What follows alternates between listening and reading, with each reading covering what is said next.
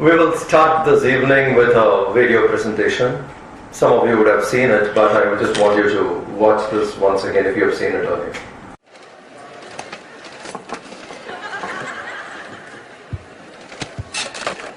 Look, Perk, pay attention! What you looking at, lady? Get back to work. Hey, Jen, how you doing today? Whoa, okay, just leave me alone!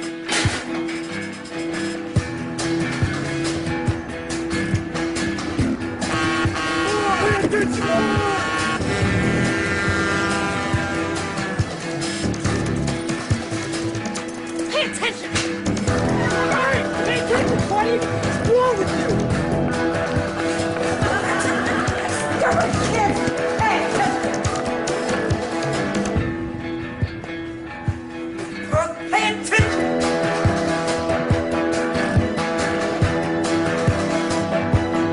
What did you see?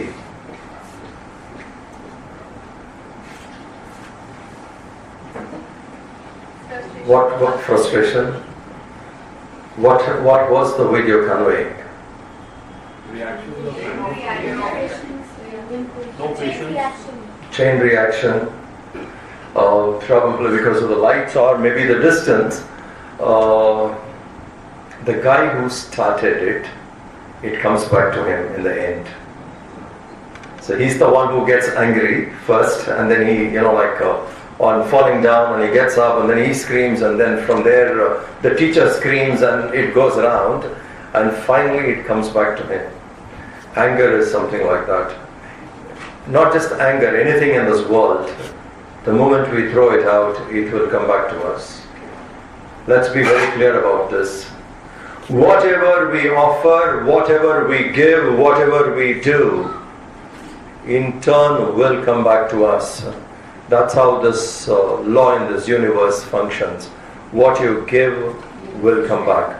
If we give love, we will get back love. If we give hatred, we will get back hatred. If we have a vengeance, attitude of vengeance, then people will also have the same attitude towards us. If we smile, people will smile. So what we give will come back to us. Give respect to people, and you see, you will get that respect back. So what we do will go around and come back, and anger is something which we should not do, because once it goes out, it will come back to us at some point of time. But this is such a strange emotion that the moment it comes, we can't even know how quickly it comes. All that happens in a flash. Where does anger start? Within yourself. My side is mind in the mind. That is understood, right? So it comes from the negative thoughts, okay. Too much of expectation. Too much of expectation. If we can analyze it a little more, we can go to the source from where it begins. There's a brilliant verse in the Bhagavad Gita where Krishna talks about it. He says, Dhyayato Vishayan Pumsaha Sangasteshu Upachayate Sangat Sanjayate Kamaha Kamat Krodho Vichayate Krodhat Bhavati Sammoha Sammohat Smriti Vibramaha Smriti Bhramshat Buddhinashaha Buddhinasha Pranashyati. These are two verses from the Gita in the second chapter. And in 1960s, when my master, Swami Mitrananda, when Gurudev visited the United States for the lecture, he had a lecture tour, and when he was doing it, somebody there asked him, when he took this verse, when he gave this he was lecturing on the Gita, when he presented these two verses, people asked him saying, hey Swami, please tell us, is it something you're saying, or is it actually there in the Gita? Because they can't understand Sanskrit. Now I narrated something, recited something in Sanskrit. Those who understand will know, those who have read Gita would understand. For others it would be just a verse, probably a sound. So they were not sure, so they were asking, is it actually there in the Gita, or you said something on your own? He said, no, these are the authentic verses, I can give you the reference. It's there. They said, no, you know why we are asking? This is something which is our latest discovery in psychology. And you say this is 5,000 years old in the Gita. What is their latest discovery? We shall see it now. Go on. No. Okay. Yeah. Maybe the front lights alone should go. Front lights alone can't go. Shall we turn off all this? Huh? No. I need to see the face. Okay, that's fine then. I'll get back to the presentation.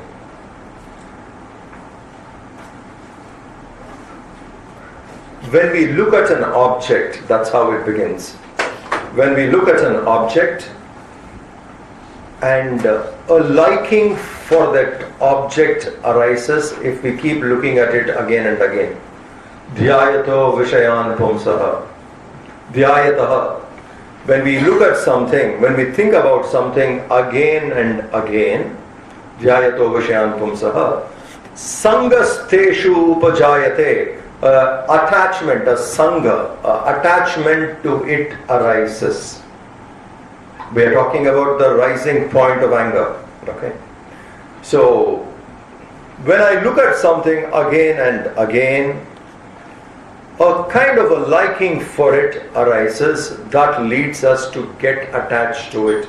Dhyayato vishayan pumsaha sangasteshu upajayate. From that attachment, what we have, sangat sanjayate kamaha, from that attachment of seeing something again and again, an attachment arises to it. From that attachment, a desire is born to possess it. From continuous thinking of something, attachment to it happens. From attachment, a desire is born to possess it. Now, when a desire is born to possess it, if I don't get it, there is an obstacle between me and my desired object. Anger comes out. So, the definition of anger is an obstacle between you and your desired object. If you see an obstacle arising between you and the desired object, anger comes up. If there is no desire for that object or a concept, anger will not come. Anger comes from our deep attachment. So the beginning of anger is when I'm attached to something, I want something to be this way because I'm attached to it. If that is not the way I want it to be, I want it to be in a particular way, it is not the way I want it to be. That want is a desire. When an obstacle comes between me and my desire or me and my want, anger comes up. If there are no obstacles, there is no anger. So anger is an expression which comes to us when I desire something and that did not happen. An obstacle came between me and my want. Anger comes up. Now, there are two things we can do about it when anger comes up. One, we can, no, you leave it. That's fine now. Okay, just leave it. We'll move on with it. One, we can express it. Another, we can suppress it. You express anger or you suppress anger. Both are not good. There's a third. Transcend anger. Go beyond anger. That is the permanent solution.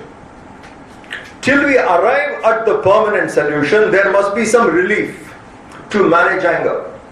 Permanent solution, Transcending anger means going beyond attachment.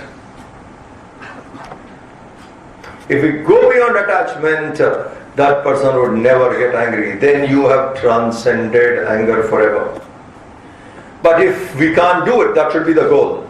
But if we are not able to do it, we must find different methods to do it. So if I suppress anger, I get hurt. My health can get a beating. Different things can come. If I suppress anger, and there are so many people who suffer that way, they have suppressed it and they are suffering. The restlessness hurts the body because your breathing changes, the pattern of your breath changes when you suppress anger. So naturally the pattern of the breath, when it changes, it affects the entire body, the circulation to various things. As a result, the body takes the toil of suppressed anger. If you express anger, what happens? You may be free, but people around you suffer. You express it, so now that it has come out and you feel bad and you stop, that's fine. But the people around are terribly disturbed. So when I express, the world around me gets disturbed. When I suppress, I get disturbed. So how should we do this? Can we be done with anger? Or anger is required when you live in this world? You have a teenager son. Do you need anger? Yes. To check, to control? Or your son understands only kind language from you? Do they understand? You speak sweet and honey. Talk very nice to them. Do they understand sometimes? Not all occasions, yes, definitely they should be understanding, but there are some times where they can't. That language doesn't work. You change the tone. You change the way you look. That works. It works. So sometimes it can be only a kind of a demonstration which is required. We may not have to actually get angry, but a demonstration is required. Much before the digital camera came, we were using ones. You understand Kodak and Konica films? People of my generation will understand. The digital camera is very different. You can click any number of times. But when you had the old camera, where you have to put a flash and take a photograph, and that's a film. So I'm giving you an old example. Okay. It's a camera with a flash, and you can take a picture without a film inside actually, and make the other person believe that you are taking a picture. Because no one is going to see it immediately. Now they'll show it to me. There it will be like, you wait, when I go back to my home, I will go watch the film, 36 pictures will be there, then I'll take, and sometime when I find time, I will post to you. Today it's not like that. You take and instantly it is shared. But in the past it was like that. So when you want to cheat someone, not taking a picture actually, but simply making that person feel that you are taking a picture, all you have to do is keep clicking the flash. We have done this with children. They come and ask you, and like, take a picture, and how many pictures you'll take? It's not like today. So you just flash and the child feels, yes, you have taken my picture. Why I am giving you this example is, this is very suitable to deal with anger. You should not get angry, but learn the art of demonstrating anger when it is required. That is very, very effective. You may have to demonstrate, but you don't get angry. That is personal. It's one's own growth. So one should know that I should not get angry, but I should be in a position to demonstrate. Every mother demonstrates anger towards the child. The mother is never angry with the child. The child can say something, maybe a little naughty, a little mischief. You appear as if you're upset. Credible acting, that is. You appear as if you're really upset, and the child truly believes that you're upset. You're not actually. Maybe a part of you is actually admiring, but the naughtiness is towards you, therefore you're appearing that way. Think. So there you appear to be, but you are not. This is the best way we should deal with anger. We should not get angry, but if required, we should know to demonstrate anger. My master, Swami Chinmaya, he says, keep anger in your pocket. When it is required, flash it out, put it back. But you don't become angry. You should not become angry, but when you need it, you can show it. Demonstrate, because that is required. Not all people can understand the language of instruction, suggestion. Sometimes people need a sterner way of communicating, because all humans are not the same when it comes to the evolution of the mind. At the body level, all of us are the same. The blood group is the same, the DNA is the same. At the body level, it's the same type, same human beings. Only variations would be there in the blood groups, but more or less every other thing is the same. But in the mind, we are not equal. Our combinations are different. Some of us are sattvic combination. We could predominantly be sattvic, less rajasic, less tamasic. What are these? Sattva is a state of mind where you are predominantly cheerful, predominantly happy, pleasant, extremely alert. There are some people in this world, you can see them very cheerful most of the time, very pleasant, extremely alert, predominantly. In the recent times, apart from people like Gurudev, in the recent times the person I would say is Abdul Kalam. I had many an occasion to be with him. Very cheerful anytime you meet. He'll walk in the lawn and he'll be so cheerful, looking at the plants, looking at the birds. Very alert, full of wisdom. So that's the quality. Cheerful,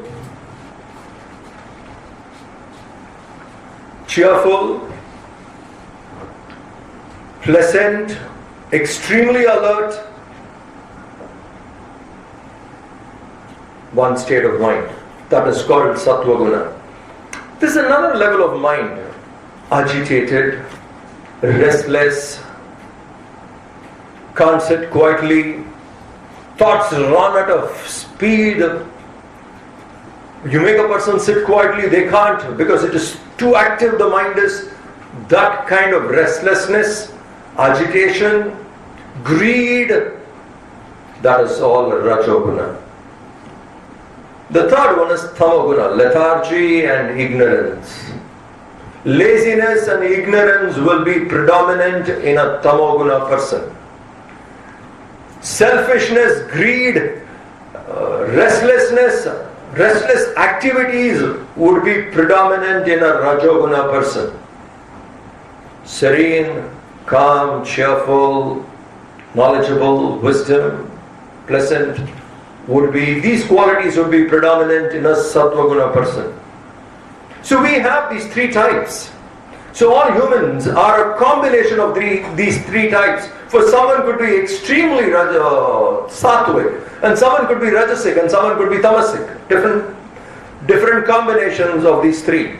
So all cannot understand the language which we talk. Sometimes we need to change. When you approach a tamasic person, probably just an instruction will not be enough.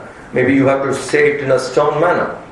When you meet a sattvic person, anger has no place at all. You just tell them and the person will understand straight away. So we also have to understand there are different types of people with whom we have to communicate, and sometime anger has to be demonstrated in our communication. Because the person who is receiving you, with whom you communicate, if he is with the same wavelength of sattva guna, the same cheerfulness is dominating in him too, then stern instructions are not required. But if the other person is not so, then probably you need to demonstrate. So when Gurudev says, keep anger in your pocket, whenever it is needed, you demonstrate. That is very, very important. Whenever it is required, we can demonstrate, put it back. This is important. If we don't do this, we are not able to demonstrate and we get angry, then we get into trouble. For example,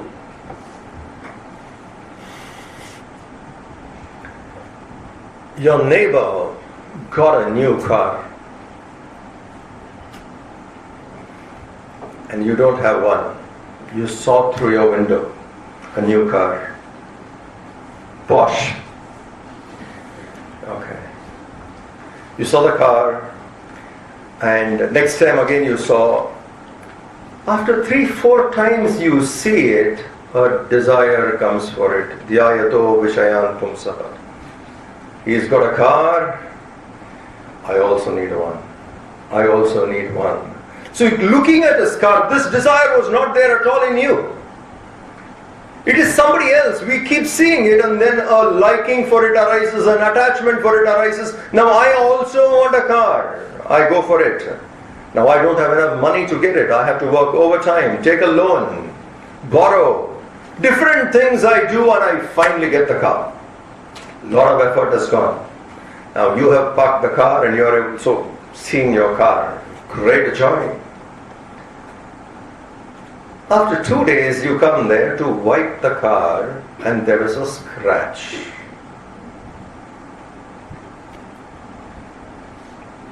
I am only giving an example. You don't have to get so serious. Each one is feeling, if my car gets scratched, 2 days car and there is a scratch in the car. How do you react? You look at the car, first you start thinking, do you think it must be the neighbor who did it deliberately? Because I parked it on this side, he must have done, someone must have done. You can't think it could be an accident. Most people think someone did it deliberately. And after cleaning, you saw the scratch, you run to your room. You have to leave to the office on time, so you get back to the room. And you need to shave. With anger, you take a razor and shave. All the gentlemen here will understand it. You shave, what happens? You understand? The whole movement is violent. The razor moves on your face, violent. 1, 2 scratches. Now think. Attachment again to the face. Look at the anger multiplying. Every time there is an attachment, an obstacle has come, anger goes up further. So now you're shaving and there's a scratch and you're more angry, and with a complete frustration, you throw the razor. It breaks the mirror. Think of it. You chuck the razor, it hit the mirror, and there's a crack in the mirror. And that time your wife walks inside and saying, what have you done?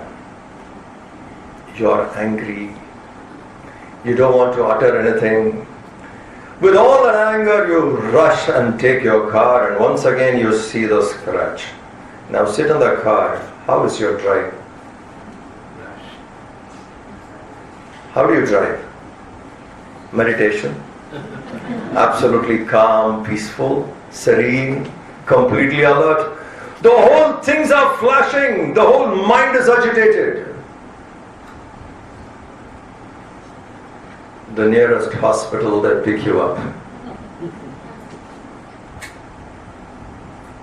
How did it all start? You understand? At that point, I did not control. Dhyayato vishayan pumsaha sangasteshu upajayate. I have an attachment and there is an obstacle which has come between me and my attachment. I need to see the car good, but someone scratched it. My object of attachment is hurt. I am disturbed. Thank you.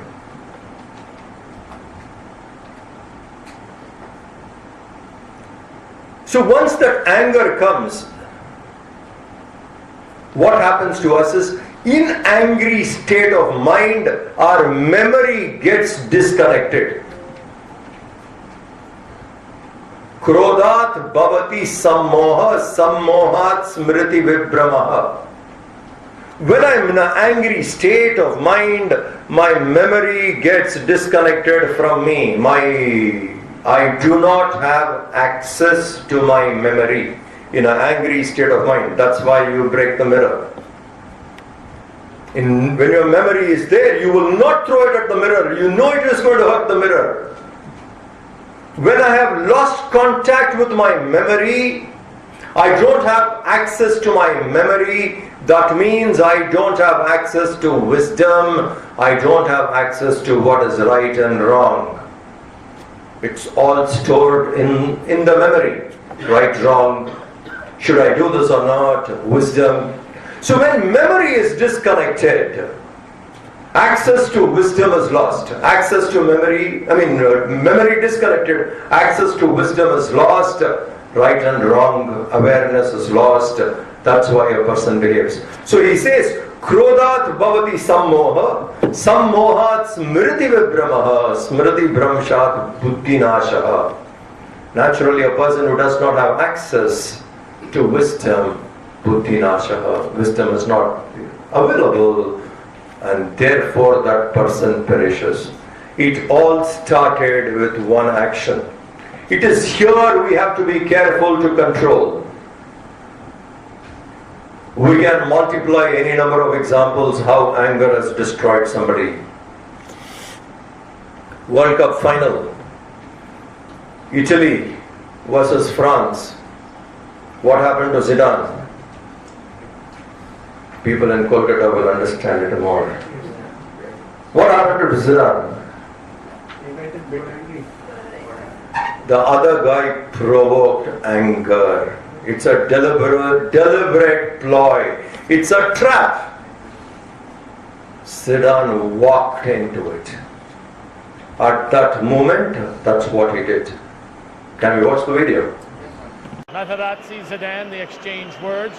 And now this is what everyone will be talking about for Zinedine Zidane. Why, oh why, would he do that in his final international as he gets the red card? And isn't that a shot? Zinedine Zidane walking by the World Cup. What happened to him? He got provoked. He got provoked. The game was going on well. It came into the extra time. And all he needs, and he's the captain of the team, when it goes to penalty shootouts, he is required. The opponents knew that something has to be done. They tricked him, they provoked, they said things which are not worthy uttering. They took something on his personal life, pulled his family members. Obviously the man was furious. I'm not blaming Zidane, but I'm just saying he fell into the trap. The alertness should be not to fall into a trap. They trapped you. They said things which brought you anger, made you angry, and then you hit the guy few minutes before the final whistle. And he was the captain. He takes off the band, gives it to somebody, and that was his last match. He's retiring from the World Cup soccer after that. From the soccer. Last match, Last few minutes of his career, he walks out with a red card. How sad. And he walks by the cup for which he fought the whole month. He just walks by the cup. What do you think would have been a better response?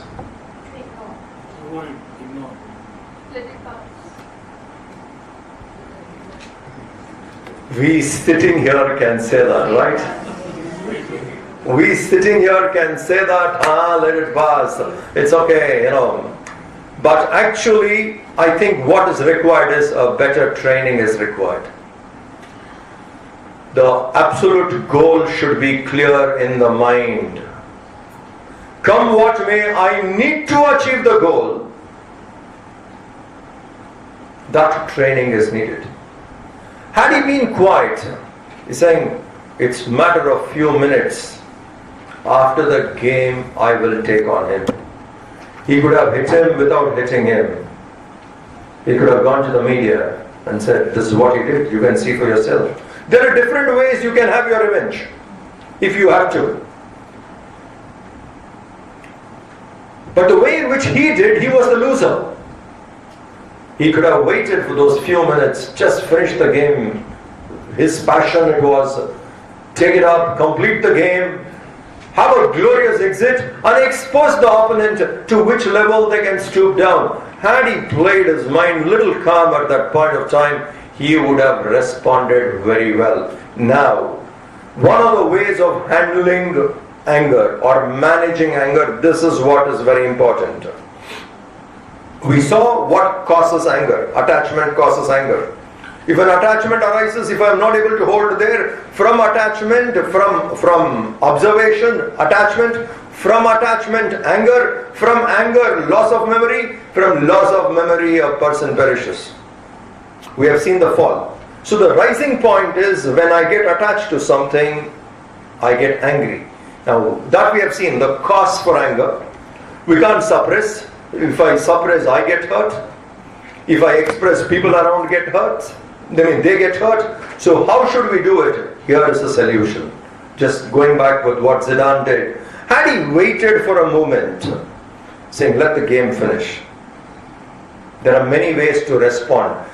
That is not the only way to respond. Let us look at various options available whenever we get provoked. Don't think screaming is the only option. If it is required, you have to do it. Demonstrate. When it is required, you have to demonstrate. That is different. You keep it with you, you have to demonstrate, flash it, put it back. But there are many options to respond. This is not the only way to respond. So when I am challenged with something and I see the anger arising, I should learn to pause. Stop for a moment. Pause for a moment. This pause is vital. Because at that point of time, when you pause, you still connect with your memory and wisdom. You will have the right understanding saying, yeah, let me respond this way. If I don't pause, I rush into activity, then I act without my memory supporting me. Please understand. A pause will make me connect with my memory, and with my memory and wisdom I will respond. If I don't develop this habit of pausing when something in me is provoked, and I don't develop the habit of pausing, I disconnect to my memory, and the reactions can be very severe. Because once my memory is disconnected, then I react in different ways. So, very, very important is pause. Something has happened, you just pause saying, okay, how should I respond? Should I react or should I respond? That movement, if we can cultivate as a habit, pause, a lot of things can happen. Someone tells you something nice. Someone tells you something not pleasant. Don't react. Pause. And many times we don't mean it, but we say it. How many times people say to even the people whom they love, family members, etc., go to hell. What do you mean? Go to hell? What, that's a curse? Or you know the route how to go there? What do you mean go to hell? It's a curse. Irritated. You understand? Go to hell. And all kinds of things people say. Now a person who is listening should pause before you react. Pause. Hold on. Now does that person actually mean it's just a word? Nobody means that way. But the word came out. If I know at that moment I pause saying this is just a word, no one means it, the person is disturbed, therefore he or she is talking that way, that pause will make you empathize with the statement you heard. If you don't pause, you will take that word seriously, which was not meant seriously, which was only an expression not meant seriously, unintentional. It was not an intention, unintentionally uttered, and we do not empathize with people whom we love, say something to us, and it was unintentional, but we take it seriously because we don't pause. We should know to pause. Stop. When a person is saying pause, then decide how to respond. That pause means I still have my memory and wisdom intact. Now I can respond as I want. Consciously I do it. The person saying has lost it. I'm talking from the listening. A person saying has lost it. That I said it in the beginning. A person, when he says go to hell, he or she did not mean anything. But he is in the state of... That we will come to that. my point is reaction. I'm talking about something provoking. Something which gets provoked in me.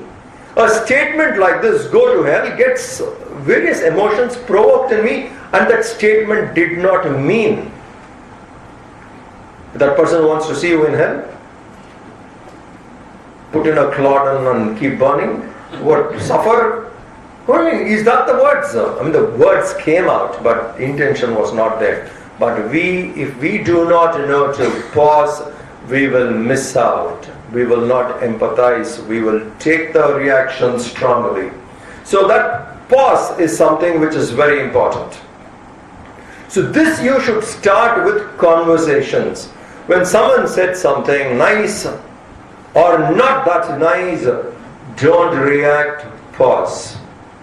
Then one moment of pause. Then you respond. It would be so different.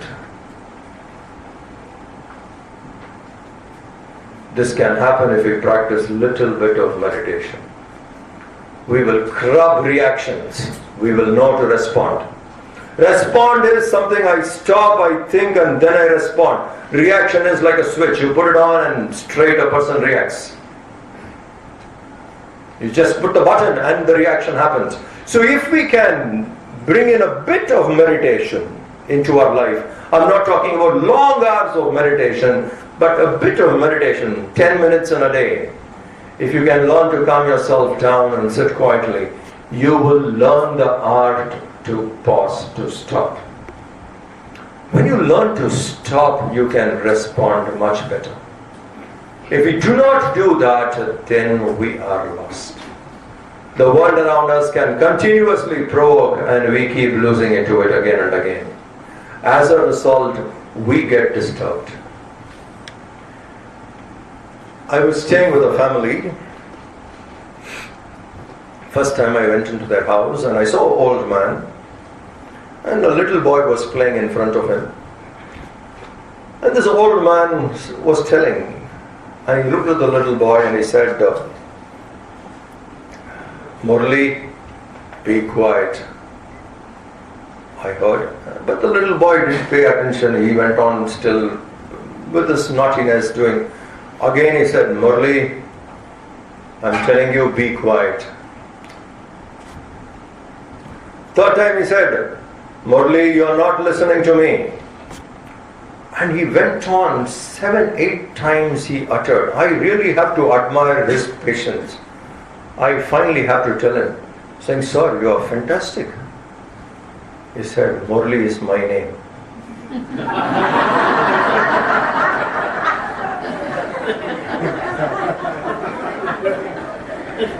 "Alright, you're fantastic, sir. Murli is my name." Not the little boy, I'm telling myself, be quiet. Stay calm. Don't do that. Think of it.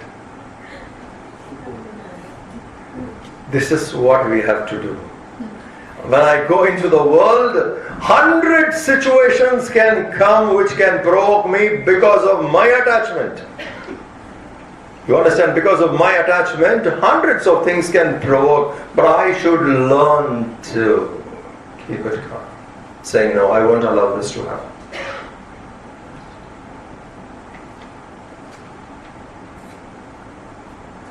So when these provocations happen, if we learn to pause, we succeed. If we do not learn to pause, we get into trouble.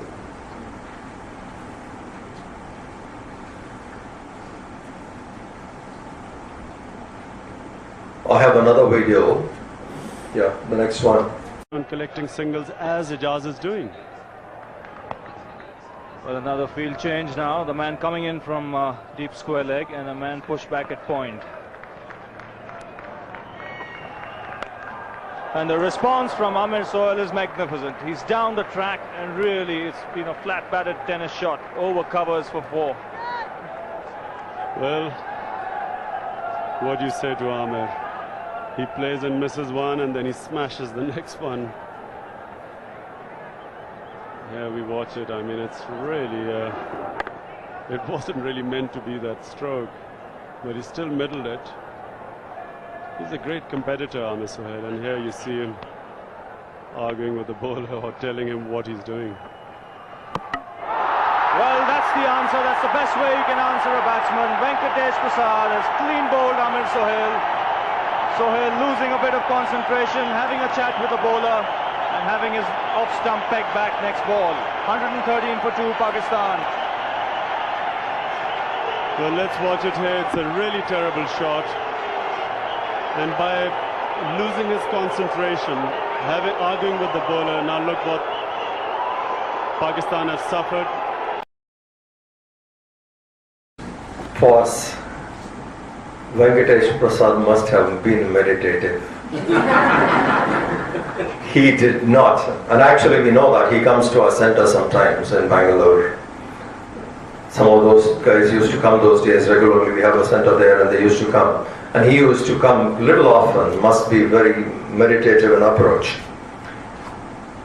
There was a provocation and Amir Sohail made it very loud, telling him, "That's where I'll hit you." You know, like when you throw a ball at me, that's where it'll go. And the very next ball, he loses his wicket. When he provoked, and please remember, Amir Sohail did this in Bangalore. This match was in Bangalore. Venkatesh Prasad's home ground. In your home ground, someone gives you challenges or, like says things against you. The reaction could be over. He kept his calm at that point of time, didn't say a word, went on and got him out on the very next ball. Respond. Pause. He did not react. Had he reacted, probably even both would have been more agitated. The way in which he went quiet probably kept Amir Sohail wondering more. And we have to go a little more. If you listen to the commentary, one was Imran Khan, another was Ravi Shastri. Imran Khan was glorifying Amir Sohail's aggressiveness. And Shastri has to sit quiet, not responding to it. You understand? Not reacting at that point. But when he got him back, he came out loud. It's not easy, isn't it? You're with a mic and someone is very aggressive and the other commentator is admiring the aggressiveness and you are at the receiving end. How much of balance is needed there to just stay calm, saying, let's wait. And then when the moment he got out, Ravi Shastri comes out saying, that's the best way to respond. Now Imran Khan would be hiding, isn't it? For all the aggressive admirations he had for that aggressive behavior. If we can pause, we give our best response. If we fail to pause, we react, we fall into a trap. So this pause is extremely important. Let's get this one point very clear. Okay. So we have discussed what causes anger. Obstacle between me and my object of attachment causes anger. If I suppress, I suffer. If I express, the people around me suffer. I have to transcend. How do I transcend? I learn to pause. When something happens, I learn to pause. This is one. Second step of anger, I'm not recommending this, but I'm just telling. A man who was very short-tempered gets angry in spite of various things. He wrote a letter to my guru, Swami Mitrananda, saying, Swamiji, my problem is the short temper. I'm not able to control this. It gets on me and everything gets disturbed and it's all so bad. Please help me, guide me. So Gurudev wrote to him, will you follow what I say? He said, I will definitely. Next time when you get angry, let's say you got angry today, next day, that is tomorrow, whomsoever you meet for the first time in the morning, whomsoever you see in the morning for the first, as you get up, the first person you see, go touch that person's feet. Think of it. Is that easy? I got angry. And here this man goes to say, next morning the first person I saw was the milkmaid. I saw the milkmaid next morning. Now what do? You have given your word to your guru. Whomsoever I see, okay, I will touch their feet. Now how do you go and touch the feet of the milkmaid? And suppose your neighbor sees it. You doing that, you touch the feet of the milkmaid and the neighbor saw it. And let's say he took a picture. And out there on the Facebook, you touching the feet of the milkmaid. Now what comments can come and what assumptions people can have? Why a milkmaid's feet? Imaginations can go wild. Speculations can be anything. But this guy said, she's the first person I saw, what do?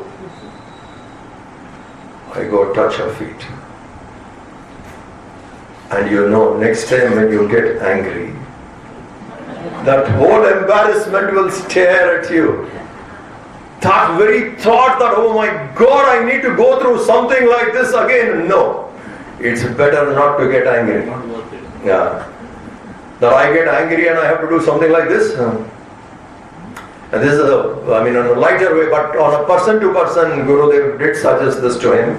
So that if you feel embarrassed, it will save you from doing that. Okay.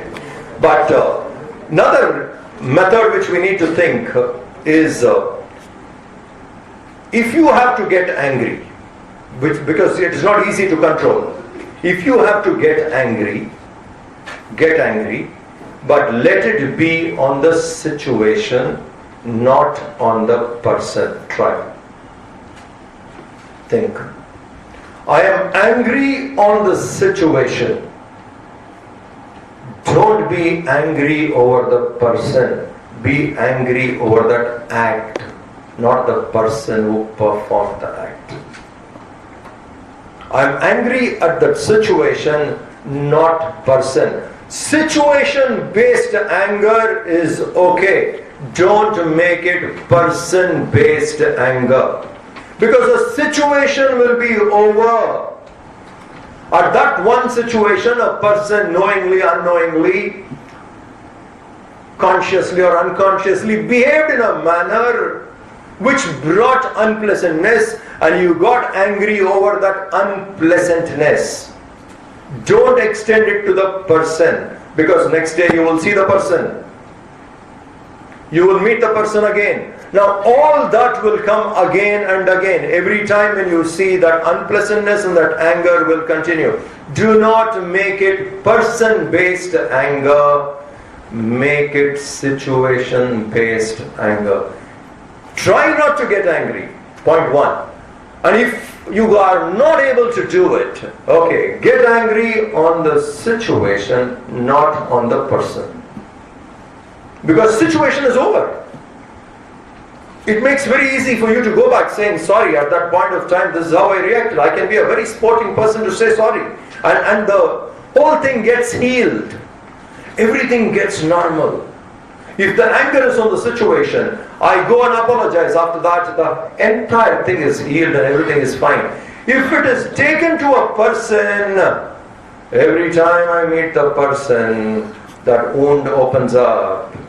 Wound opens up as a result. Where is the wound opening? In me.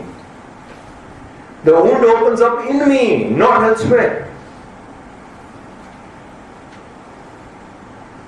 So that wound opens up. So we should know. We should try not to get angry. And if I have to get angry, let me get angry on the situation and not on the person.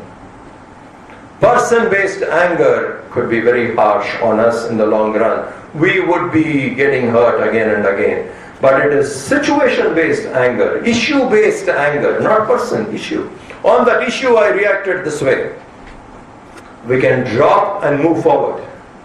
If we don't do that, then it becomes personal and it gets nasty and we are the ones who will be hurt. Think. So best would be not to get angry. Pause. Don't react. Pause.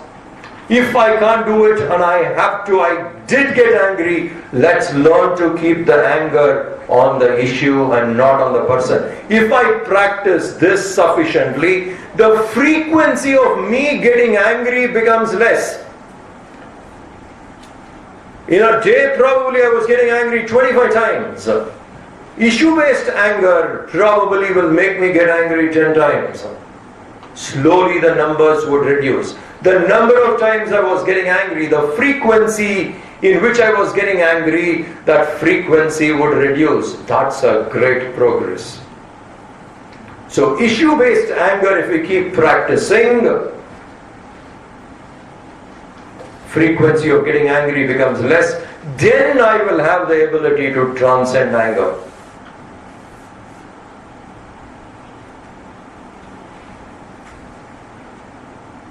So we have to keep this in mind. If I get angry, okay, do not extend it to the person. Maybe at that moment you got angry over the person only, but slowly shift the anger from the person to the situation. Give the benefit of doubt to the person, get back. All it needs is, I'm sorry, one apology, or just an extend of sporting. Be a sport, extend your hand. The entire thing gets healed. If it doesn't heal, the scarves are on, we take it off. Every time you see the person, the entire past comes out. And the entire past comes out, that anger is not healed, the wound gets opened again and again. And every time it gets to bitterness. We become bitter with people. So managing anger, first, if you can transcend attachment, there is no anger, you have conquered it completely. If that can't be done, then let it be issue-based anger, not person-based. And how do I do this? How do I manage? How do I respond? Handle anger? Let me learn to pause and then respond, so my memory helps me. My wisdom backs me in my action. If I disconnect to my wisdom, then I react. I won't know how I react. And the last point, keep anger whenever it is required. Show it, but you don't be angry. You know it is required. Because some people need to do it. I'll wind up and then we'll open the floor for discussion with a very powerful story which I've read in Ramayana. I mean, this story is something which makes a person think. And I'm sharing the story so that you can think more about the story. It can give you different insights of interpretation according to where you stand in life.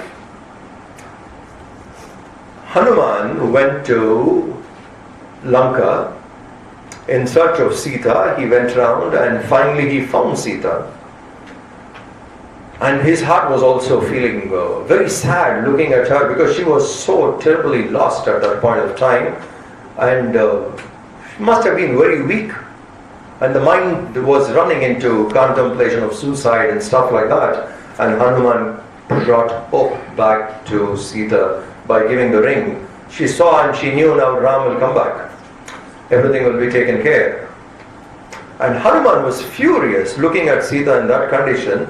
When he went out, he destroyed the garden, Ashokavana.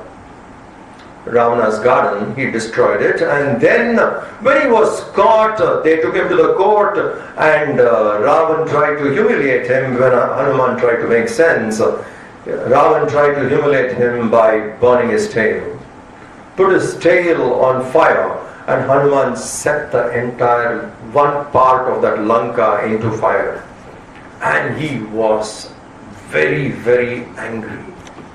Completely angry. He came to meet Sita before leaving, narrating to her what happened. Telling this is what happened, this is what happened. And like this part of Lanka is burnt and he was still angry. Now, what I'm telling you is from the original Ramayana. Okay, it's not a folklore which came later on. This is from original Valmiki Ramayana. Sita tells him a story. Sita makes Hanuman sit down. I need to tell you this, you will learn. When I read this part, that's when I realized what is the caliber of this woman, Sita. What are the heights she has reached, the balance of mind she has, the clarity. She tells Hanuman a story, and the story is this. There was a bear living in a tree, and there was a hunter who was chasing a tiger.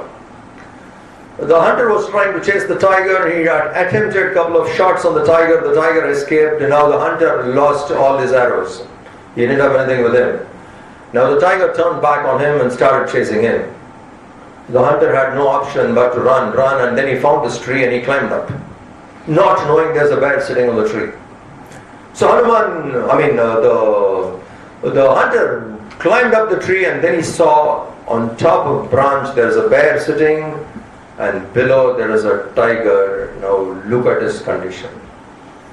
The bear on top and the tiger below. The tiger looked at the bear and said, I saw him first. He's mine. I saw him first. Push him down. I'll finish and then I'll move. Push him down. The tiger was demanding, saying, I saw him first. I was chasing. He climbed up. You push him down. The bear looked at the man, looked at the tiger, and the bear said, almost 2 decades I've been living here in this tree. This is my home. He's a guest. I will not push him down. Look at this. The bear tells the tiger that I have lived in this tree for 2 decades. This tree is my home. I will not push the man down. The tiger looked, trying to convince the bear, but bear was not convinced. Saying that, the bear went to sleep. The man is sitting down on the second branch, and the bear on the top, and the tiger below. And the tiger looks at the man and saying, how long will you sit there? He was quiet. He said, okay, let's make a deal. Tiger offers a deal to the man. And the deal was, go up and push the bear down. Go up, kick the bear down, the bear will fall, I lead the bear and I'll go. Push the bear down. The man goes up to the third branch, and the bear is on the second branch, and he kicks the bear down. the bear comes falling down. Luckily, when it came to the last branch, the first one from down, it caught hold of it, rolled itself up, climbed up the tree. The tiger laughed loudly, looked at the bear and said, "This is the man you said you're hosting. Look at him. This is the man. Push him down now." You saw what he did? Push him down now. And the bear looked at the tiger and he said, "I can't. He can stoop down on his values, not me."